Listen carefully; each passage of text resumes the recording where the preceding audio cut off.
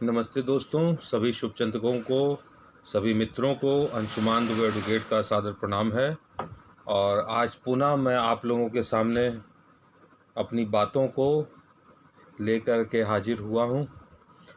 और स्थितियाँ परिस्थितियाँ क्या हैं वो किसी से छुपी नहीं है। और हमारी दिल्ली राजधानी से लेकर के, जैसे बड़े शहरों से लेकर के और वाराणसी जैसे छोटे शहरों तक अस्पतालों का और कोरोना से पीड़ित मरीजों का, नॉन कोरोना मरीजों का, और शमशान घाटों पर जो परिस्थितियाँ स्थितियाँ हैं वो सब लगातार टीवी चैनलों पे आ रहा है, सोशल मीडिया पे चल रहा है, यूट्यूब पे चल रहा है, सब जगह दिख रहा है कि क्या हो रहा है। मुझको अच्छी तरह से याद पड़ रहा है कि सितंबर में पिछले साल 2020 में, मुकेश भाई क्या हालचाल मैं लिंक भेज रहा हूँ, अगर आप जुड़ सकते हो तो जुड़िए। तो मैं कह रहा था कि पिछले साल सितंबर में पीक गया था जिसमें 97,000 के करीब केस आए थे। और उसके बाद धीरे धीरे ग्रेजुअली सितंबर के बाद से सितंबर, अक्टूबर, नवंबर तक केसेस कम होने शुरू हुए। दिसंबर महीने, जनवरी में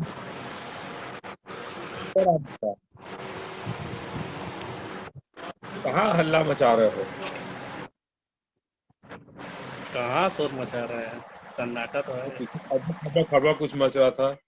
विकास चंद भैया, विकास चंद श्रीवास्तव जुड़े हैं, धन्यवाद विकास भाई, क्या हाल चाल? उम्मीद होगी आप स्वस्थ होंगे, घर पे होंगे, स्वस्थ होंगे, परिवार में सब लोग स्वस्थ होंगे। आशीष शक्ति भाई जुड़े हैं, आशीष भाई आपको धन्यवाद, क्या हाल चाल आशीष भाई आपका? कल आपने पोस्ट किया था कि थोड़ा घर से बाहर निकलने पे आपकी थोड़ी सी तबीयत नासाज थी, अब ठीक है कि नहीं? मनीषा लहरी जी प्रणाम आपको, धन्यवाद, आप फेसबुक लाइव पे जुड़ी, काफी दिन बाद आप जुड़ी हैं, बहुत बहुत आभार आपको। उम्मीद है आप, पूरा परिवार, पिताजी सब लोग घर पे स्वस्थ होंगे, ख्याल रखिएगा। आप ही एज ए गार्जियन इस समय फ्रंट पे हैं। तो मैं कह रहा था कि जो स्थितियां परिस्थितियां लगातार बनी हुई, मुकेश भी जो है आज कम से कम हफ्ते 10 दिन बाद जो है मुकेश का चेहरा मैं देख रहा हूँ। 10 दिन से ऊपर हो गया मुकेश चैम्बर में नहीं आ रहे हैं, छुट्टी चौदह उनको पूरी 14-15 दिन हो गया। हो गया पूरा। मतलब एक तरह से क्वारंटीन पीरियड जो होता है वो क्वारंटीन पीरियड पूरा हो गया है। अच्छा। ठीक है ना? तो ये जो मतलब हम लोगों ने सेल्फ डिसीजन लिया कि हम लोग सेल्फ अपने आप को आइसोलेट कर देंगे। समाज की और शहर की स्थिति। विजय दुबे भाई जुड़े, प्रणाम विजय भी आपको। मेरे साथ मेरे अनुज मुकेश विश्वकर्मा भी जुड़े हैं। तो मैं कह रहा था जो स्थितियां परिस्थितियां वर्तमान में है, ऐसे में सेल्फ आइसोलेशन करके अपने आप को घर में बंद कर लेना ही एक बेहतर विकल्प दिख रहा है। क्योंकि जो अदर जो न्यूज चैनल पे रिपोर्ट आ रही हैं वो तो कुछ एक तरह से सेट फ्रेम में आती हैं। तो उनके इतर अगर आप यूट्यूब और तमाम अदर चैनल जो सोशल मीडिया पर चल रहे हैं उनको देखें तो उसमें किसी चैनलों में ये भी एक रिपोर्टिंग आ रही थी कि हिंदुस्तान के 50% लोग जो है संक्रमित हो सकते हैं। मतलब ऐसी संभावना उस रिपोर्ट में, उसका आधार सीरो सर्वे और क्या क्या लेकर के लोगों ने किया था। प्रशांत श्रीवास्तव बुंदेला भाई जुड़े हैं, धन्यवाद बुंदेला भाई, क्या हाल चाल आपके हाथ पैर का, भाभी के हाथ पैर का? फ्रैक्चर वैक्चर में आराम मिला कि नहीं मिला, बताइएगा। काफी दिन हो गए आपसे भी बात हुए। और बाकी सब लोग, घर परिवार सब स्वस्थ होगा ये पूरी उम्मीद है। और आज फेसबुक लाइव पे अच्छे खासे मित्रगण जुड़े हैं, सबका आभार है, सबको बहुत बहुत धन्यवाद है। बाबा से यही कामना है कि सब लोग स्वस्थ रहें, कुशल मंगल रहें, क्योंकि इधर बीच लगातार जो है कुछ घटनाएं आस पड़ोस में, मेरे रिलेशन में इस तरह की गुजरी हैं जिसमें कि जन हानि से हम लोग को सामना करना पड़ा है। और ये बहुत दुखद है और बहुत कष्टदायक है कि अपने लोगों को हम लोग लगातार खोते जा रहे हैं। समाचार जो इधर उधर लोगों से आ रहा है कि ज्यादातर लोगों की मृत्यु जो हो रही है वो ऑक्सीजन की कमी से या उनको समय पे इलाज नहीं मिल पाया इस वजह से हो रही है। बहुत से मरीज ऐसे हैं जिनको कोरोना नहीं है, हार्ट अटैक हुआ या किडनी की डायलिसिस की जरूरत है और वो अस्पताल जा रहे हैं, अस्पताल वाले उनको भर्ती नहीं कर रहे हैं कि आप कोविड की रिपोर्ट लाइए तब हम आपको भर्ती करेंगे। तो इन परिस्थितियों में संजय श्रीवास्तव भैया जुड़े हैं, धन्यवाद संजय भैया, आपको प्रणाम। तो इन परिस्थितियों में जो है दिक्कतें हो रही हैं, जो सामान्य रेगुलर रूटीन मरीज हैं उनका इलाज नहीं हो पा रहा और वो मृत्यु को प्राप्त हो जा रहे हैं। तो यही सबसे बड़ा कारण है कि शमशान घाट पर जो है ताबड़तोड़ जो है भीड़ दिख रही है। इसमें कोरोना मरीज तो है ही है। ब्रिजेश सिंह भाई धन्यवाद आप जुड़े, गौरव जायसवाल भाई धन्यवाद आप जुड़े फेसबुक लाइव पे, बहुत आभार आपका। आप सब लोग स्वस्थ रहिए, कुशल मंगल रहिए, अपने परिवार, अपने घर परिवार सबको सुरक्षित रखिए, कोरोना प्रोटोकॉल का स्वयं से पालन करिए तो ये बेहतर रहेगा। मैं फिर से अपनी पुरानी उसी बात पे आ रहा हूँ जहां से मैंने शुरू किया था। सब लोग आते गए, सबसे बातचीत होने लगी, इस वजह से वो मूल मुद्दा मेरा छूट गया। पहली बात कि दिसंबर महीने में, जनवरी महीने में, फरवरी में, मार्च में जब मैं और मुकेश कचहरी मास्क लगा के जाते थे या दिन भर कचहरी में मास्क लगा के रहते थे तो लोग हम लोगों का मजाक बनाते थे। हमको और मुकेश को डरपोक कहते थे कि आप लोग डरपोक है, आप लोग कोरोना से डर गए। हम लोगों ने उस डरपोकता को या जो कहा जाना चाहिए उसको हम लोगों ने सहज स्वीकार किया और हम लोगों ने अपने मास्क को नहीं उतारा। हम लोग जिस तरह से सैनिटाइजेशन का उपयोग करते आ रहे थे वैसा करते रहे, गर्म पानी का सेवन हम लोग करते रहे, जो कोरोना प्रोटोकॉल था उसका हम लोग प्रॉपरली प्लानिंग पालन करते रहे और सबको प्रेरित करते रहे। लेकिन हम लोग मजाक के पात्र बन रहे थे उस समय। लेकिन जैसे ही अप्रैल 10 अप्रैल बीता और जब पुरानी स्थिति दिखी तो लोगों के चेहरे पे अपने आप मास्क दिखने लगा। आखिर क्यों ऐसी लापरवाही हम लोग करते हैं? हेलमेट हम तब पहनेंगे जब हमारा 2000 का 1000 रुपए का चालान कट जाएगा। मास्क हम तब पहनेंगे जब कोरोना सिर पे आके तबला बजाने लगेगा या 1000, 2000, 10,000 का चालान कट जाएगा। आप अपनी सावधानी खुद बरतिए। क्यों? क्योंकि जो स्थिति परिस्थिति वर्तमान में हमारे देश की है, वास्तविकता में हमारे प्रधानमंत्री जी ने बहुत सही शब्द का इस्तेमाल किया कि आत्मनिर्भर बनिए। मतलब न सरकार की तरफ, न प्रशासन की तरफ, न शासन की तरफ, किसी की तरफ मत ताकिए। आत्मनिर्भर बनिए, अपना खुद देख लीजिए। ये व्यवस्था है तो जब अपना खुद देखना है तो सबसे पहले तो मास्क ही पहनना लिखता बनता है। तो प्लीज अभी भी जो लोग मास्क नहीं पहन रहे हैं उन लोगों से निवेदन है मास्क पहनिए, सुरक्षित रहिए। मुकेश भी आप कुछ बोलेंगे खाली सुनेंगे? सुन रहे हैं हम लोग जब उस समय कचहरी जा रहे थे तो लोग कहते थे कोरोना सब खत्म हो गया। बिल्कुल कहते कुछ थे नहीं मुकेश, है। ठीक है ना, फालतू आप लोग मास्क हमारे पहन रहे हैं। हमारे हमारे दोस्त मित्र मतलब सब लोग कहते थे अरे सब कुछ नहीं है। बिल्कुल अब आज बिल्कुल, देखिए, आज स्थिति देखिए। मजाक हम लोग का बनता था कि सब वो है, अगर बनारसी भाषा में बोला जाए तो उसके आगे एक शब्द जोड़ के फट्टू है, ठीक है ना? फट्टू है अरे हमारे मित्र यार कहते थे ठीक ना? कि हम जब इतना रहते थे लोगों मास्क हमेशा लगाए रहते थे, तुम लोग से मिलते थे मोहित तब खान कहते भाई थे कि जुड़े जो हैं, है। धन्यवाद को फेसबुक लाइव पे जुड़ने के लिए। तो ये देखिए, मैं इसीलिए आज मुकेश हमारे साथ जुड़ गए, बहुत अच्छा हुआ कि जो मैं कह रहा हूँ उसको मुकेश भाई ने मेरी बातों को कंफर्म किया कि पंद्रह हम लोग 15 दिन मजाक। से मैं एकदम गर्म पानी पी रहा हूँ, ठंडा पानी नॉर्मल पानी पी ही नहीं रहा हूँ। क्या जरूरत है केवल भाई? गर्म ऐसा पानी। हमारे आयुर्वेद में भी लिखा है कि गर्म पानी पीने से पेट की गैस वैस ये सब जो वाद वाली समस्या होती है वो दूर हो जाती हैं। तो क्या और आज दिक्कत है डॉक्टर पीने? भी वही बोल रहे हैं ठीक है ना? कि गर्म पानी का ही सेवन करिए आप। बिल्कुल बिल्कुल, गर्म पानी का सेवन करना फायदेमंद है। ठंडा पानी जो है कभी कभार चल जाता है, लेकिन उसके लिए ये समय नहीं है कि ठंडा पानी चलाया जाए।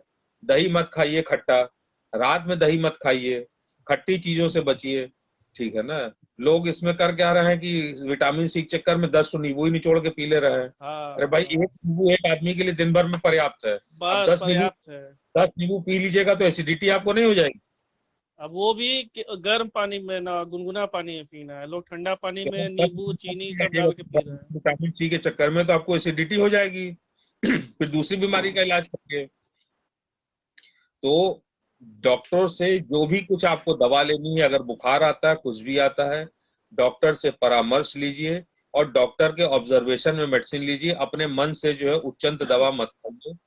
किसी भी डॉक्टर से, चाहे वो बीएचएमएससी डॉक्टर हो, होम्योपैथिक डॉक्टर हो, संपर्क करके ही दवा लीजिए। बिना संपर्क की दवा मत लीजिए। और 3 दिन से ऊपर अगर बुखार होता है तो हर हालत में डॉक्टर से संपर्क करिए। टेस्ट डॉक्टर से संपर्क करने के बाद कराइए। जो डॉक्टर आपको रिकमेंड करे टेस्ट कराने के लिए तो टेस्ट कराइए। बिना डॉक्टर के रिकमेंडेशन के लिए टेस्ट के लिए जाके भीड़ मत लगाइए। और एक आज फेसबुक लाइव के माध्यम से एक बहुत अफसोसजनक बात मैं सबके सामने लाना चाहता हूं। जब से ये वैक्सीन का सिस्टम शुरू हुआ है, तब से पेपरों में लगातार फोटो आती है, न्यूज चैनल पे फोटो आती है, सोशल मीडिया पे ब्रिजेश दीक्षित भाई जुड़े हैं फेसबुक लाइव पे। ब्रिजेश भैया धन्यवाद। उम्मीद है आप परिवार सब लोग स्वस्थ होंगे। तो मैं कह रहा था कि वैक्सीन सेंटर की ये स्थिति कि वहां पे सोशल डिस्टेंसिंग का पालन एकदम नहीं हो रहा है। लोग मास्क जरूर लगा रहे हैं, बहुत अच्छी बात है, लेकिन बहुत सट सट के एकदम कोई डिस्टेंस, एकदम नॉर्मल कंडीशन में लाइन लगा करके वैक्सीनेशन सेंटर पे भीड़ लगा रहे हैं। और वैक्सीनेशन सेंटर भी जो है कहीं ना कहीं कोविड को फैलाने का एक स्थान बनता जा रहा है। आज तो आज न्यूज पे कोशिश दिखा रहा था कोशिश बॉम्बे का। सेंटर पे, हाँ मुकेश बोले। आज न्यूज पे दिखा रहा था बॉम्बे में वैक्सीनेशन सेंटर पे लोग सट सट के एकदम लाइन में लगे हुए थे। भाई मैं कह रहा हूँ, पेपर में, तमाम पेपर में छप रहा है। और जब से वैक्सीन लगना शुरू हुई तब से ये छप रहा है। जब हेल्थ वर्कर का काम खत्म हुआ और जब जनरल पब्लिक का शुरू हुआ, 45 साल से ऊपर वाला, तब से ये भीड़ का नमूना चल रहा है। और कोई सोशल डिस्टेंसिंग मेंटेन नहीं हो रही है वैक्सीनेशन सेंटर पे। मेरा जनता खुद नहीं शासन करना चाह प्रशासन, रही है। शिक्षा विभाग और तमाम वैक्सीन सेंटर के जो इंचार्ज लोग हैं, उन लोगों से विनम्र आग्रह, हाथ जोड़ के निवेदन है कि प्रभु महाराज, आप लोग इतना करिए कि कम से कम वैक्सीनेशन सेंटर पर सोशल डिस्टेंसिंग का पालन करवाइए। ऑनलाइन अपॉइंटमेंट लोगों से कहिए वो खुद करके आए, और जो अपॉइंटमेंट लेके आ रहा है, जो शेड्यूल लेके आ रहा है, उसी शेड्यूल में उसको वैक्सीन लग जाए, ताकि भीड़ ना हो। आप अगर प्रॉपर प्लानिंग से चलेंगे तो कहीं कोई दिक्कत नहीं होगी। बहुत से प्राइवेट अस्पतालों ने इतना प्रॉपर, इतनी बढ़िया व्यवस्था अपने यहाँ कर रखी है वैक्सीन लगाने की, आप अगर देखेंगे तो आपको आनंद आ जाएगा। तो मेरी रिक्वेस्ट है, सबसे रिक्वेस्ट है, जितने भी स्वास्थ्य विभाग से जुड़े हुए लोग हैं, कि वैक्सीन जो आपका पॉइंट बना हुआ है, वैक्सीन सेंटर बना हुआ है, वहां पे सोशल डिस्टेंसिंग का पालन करवाइए। नहीं तो आपका वैक्सीनेशन सेंटर जो है वो कोविड फैलाने के लिए एक बहुत बढ़िया बड़ा जरिया बन जाएगा और बहुत बड़ा स्थान बन जाएगा। तो प्लीज आप सबसे रिक्वेस्ट है कि इसको मैनेज करिए। बाकी संघर्ष तो लगातार पूरा हिंदुस्तान कर रहा है। हिंदुस्तान की हर वर्ग, हर जाति, हर धर्म, हर इंसान कर रहा है। कुछ काला बाजारी, भ्रष्टाचारी और कुछ सोमड़हे नेता लोगों की सेहत पर फर्क नहीं पड़ रहा है। उनके बीच में से भी लोग जाने शुरू हो गए हैं। कई विधायक, कई सांसद उत्तर प्रदेश से भी गए हैं और अन्य प्रदेशों से गए हैं, लेकिन सेहत पे कोई फर्क नहीं पड़ रहा है। क्या किया करिएगा, ये समस्या है। इस समस्या के लिए हमारे माननीय प्रधानमंत्री जी ने कहा है कि भाई अपना अपना सब लोग देख लो, आत्मनिर्भर बन जाओ। तो उनकी बात का सम्मान रखिए, आत्मनिर्भर बनिए। और और वैसे भी जो है एक बहुत बढ़िया जो है जुमला फिर से प्राप्त हुआ है कि आपदा है, आपदा में सभी व्यवस्थाएं खराब हो जाती हैं। बहुत अच्छी बात है, आपदा में सारी व्यवस्था खराब हो जाती है।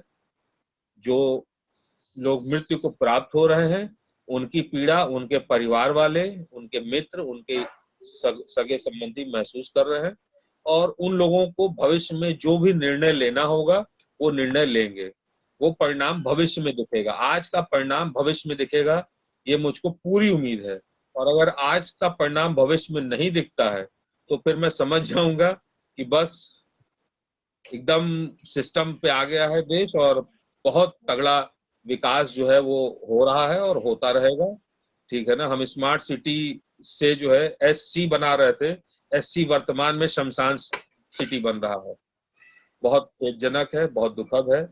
और गुस्सा भी आता है, तकलीफ भी होती है, कभी कभी रोना भी आता है कि किन परिस्थितियों में हम और हमारा देश फंसा हुआ है।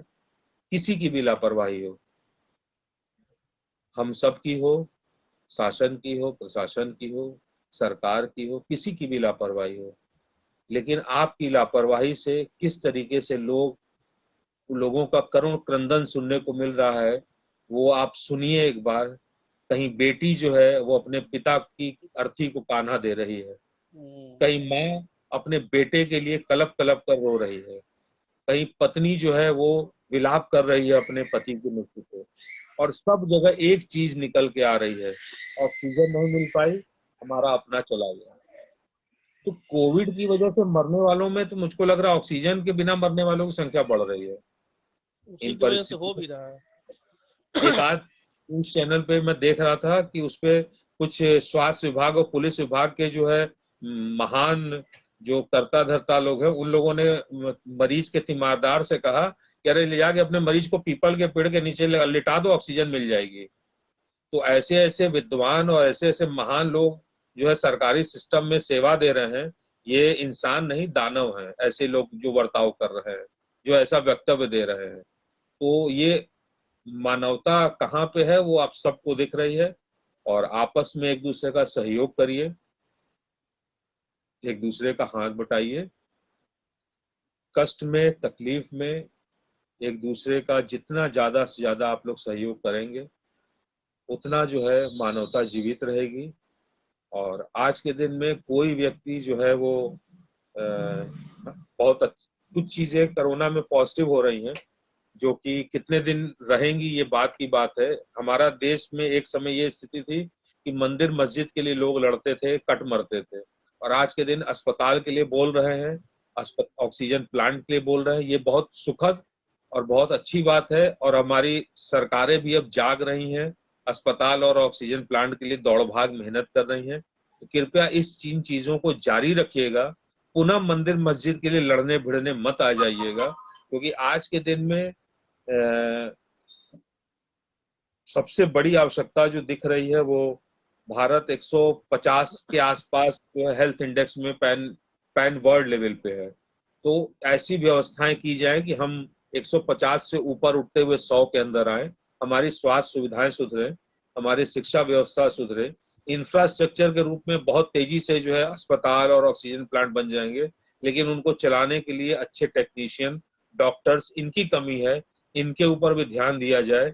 जल्दी से जल्दी जितने भी मेडिकल में सीट बढ़ाना हो, फार्मा में सीट बढ़ाना हो, टेक्नीशियन में सीट बढ़ाना हो, जहां जहां इन चीजों की पढ़ाई होती है, जिन जिन कॉलेजेस में,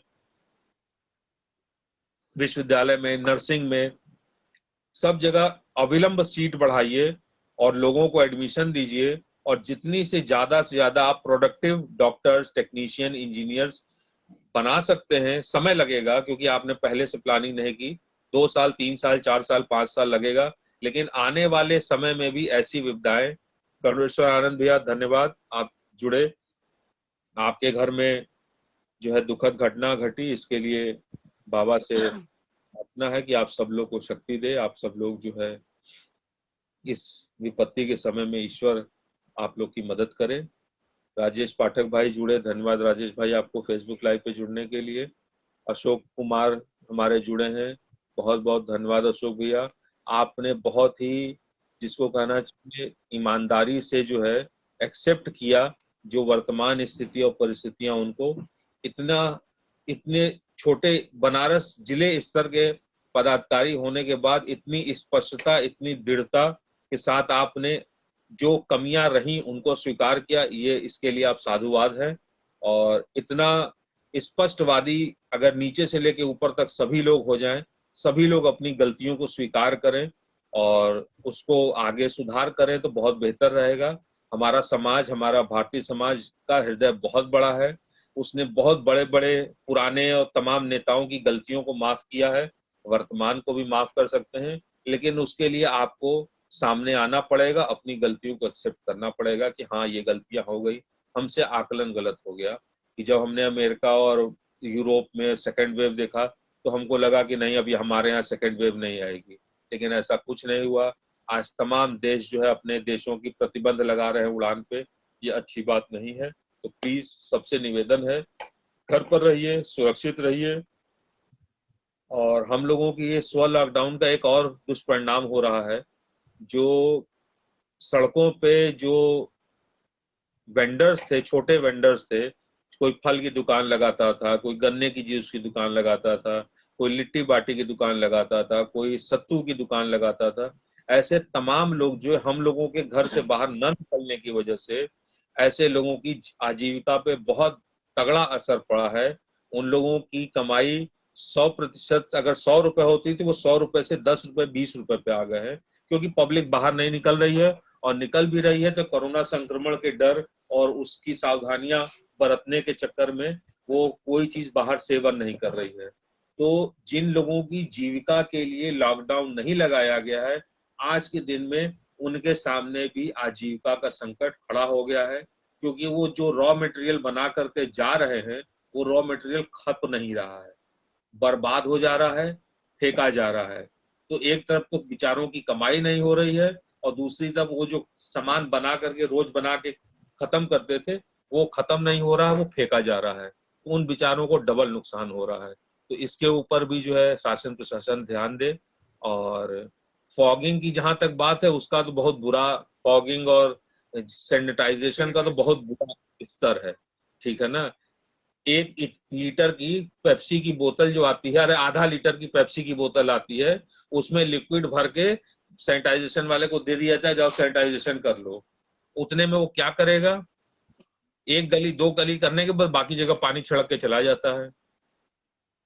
क्या सैनिटाइजेशन होगा, कहाँ जा रही है जो दवाई आ रही है नगर निगम वाराणसी में, वो दवाई कहाँ जा रही है, इसको राठी जी बताएं या नगर स्वास्थ्य अधिकारी बताएं कि वो दवाई जो आ रही है वो जा कहाँ रही है। खाली कागज पे आ रही है कि वास्तविकता में उतर भी रही है। अगर आप लोग पारदर्शी हैं तो दिखाइए कितना आपके पास माल है, कितना आपके पास स्टॉक है, कितना आपने यूज किया। सब फेल हो जाएगा, सब कागज पे है। अरे मेरे मोहल्ले तो में अभी अभी तक आग्रह है सैनिटाइजर तुमको खांसी क्यों आ रही बे? खांसी नहीं आ रहा, गला सा अच्छा, थोड़ा पानी वानी पी लो। हम देखो इसीलिए गर्म पानी लेके बैठते हैं, क्योंकि बोलते बोलते जो हमारा भी गला सहराता है, तो इसीलिए गर्म पानी पी लेते हैं। मेरा गया ऊपर गर्म होने के लिए। अभी टनाटन लोगों को जो है कायदे से बोल सके, ठीक है ना। और कल एक थोड़ा सा पोस्ट जो था वो हमने डाला था, हो सकता है कुछ लोगों को जो है उस पोस्ट को पढ़ करके हो सकता है थोड़ा बुरा लगा हो, लेकिन क्या करें, मजबूर हो जाते हैं कई बार कि मुंह से जो है वो सत्य जो है लाख बचाना चाहें, लेकिन उसके बाद भी जो है सत्य मुंह से जो है वो बाहर आ ही जाता है। तो पोस्ट में पढ़ के आप लोग को इस फेसबुक लाइव को सुना करके आज के फेसबुक लाइव संस्करण को यहाँ पे विराम दूंगा। हो सकता है कुछ लोगों को बुरा लगे, लेकिन हमने पोस्ट किया था कल, सत्य को पहचानो, सत्य को पहचानो डैश, उसके बाद लिखा जैसे हर दाढ़ी वाला साईं बाबा नहीं हो सकता, वैसे ही हर टकला चाणक्य नहीं हो सकता। अब इसका अर्थ और इसका क्या कहते हैं, क्या इसका मतलब है, ये हर समझदार व्यक्ति, मुझको पूरी उम्मीद है, समझ रहा होगा। और इसलिए जो है वो आप सबसे मेरा आग्रह है, भक्ति करिए, भक्ति में बहुत आनंद है। अभी हम लोगों ने 27 तारीख को भक्त शिरोमणि हनुमान जी की जयंती मनाई है, और वो भक्त थे, भगवान श्री राम के भक्त थे, अंध भक्त नहीं थे। तो आप सबसे मेरा आग्रह है कि भक्त बनिए, और भक्त बनना बहुत अच्छी बात है, क्योंकि भक्त बनते ही आप भक्त शिरोमणि की कतार में आ जाते हैं, हनुमान जी के पीछे आ जाते हैं। तो हनुमान जी के पीछे रहिए, वहां आपको ज्यादा सुकून, वहां बहुत आनंद मिलेगा, ठीक है ना। रावण के जैसे भक्त अंध भक्त थे वैसे मत बनिए, ठीक है ना, कि जहां रावण कूदा वहीं आप भी कूद के अपना जीवन दे दीजिए।